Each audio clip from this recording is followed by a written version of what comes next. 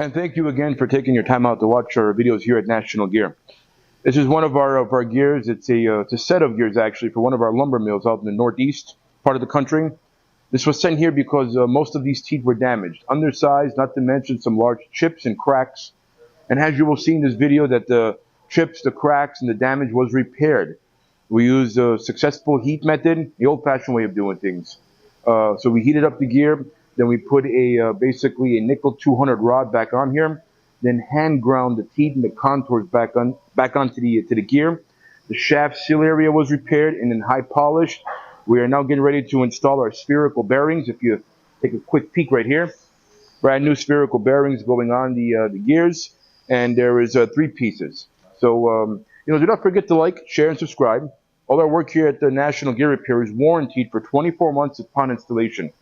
So please continue to watch this and leave some comments, leave some suggestions, leave some likes, leave some questions. We like to interact with our customers. Thank you very much.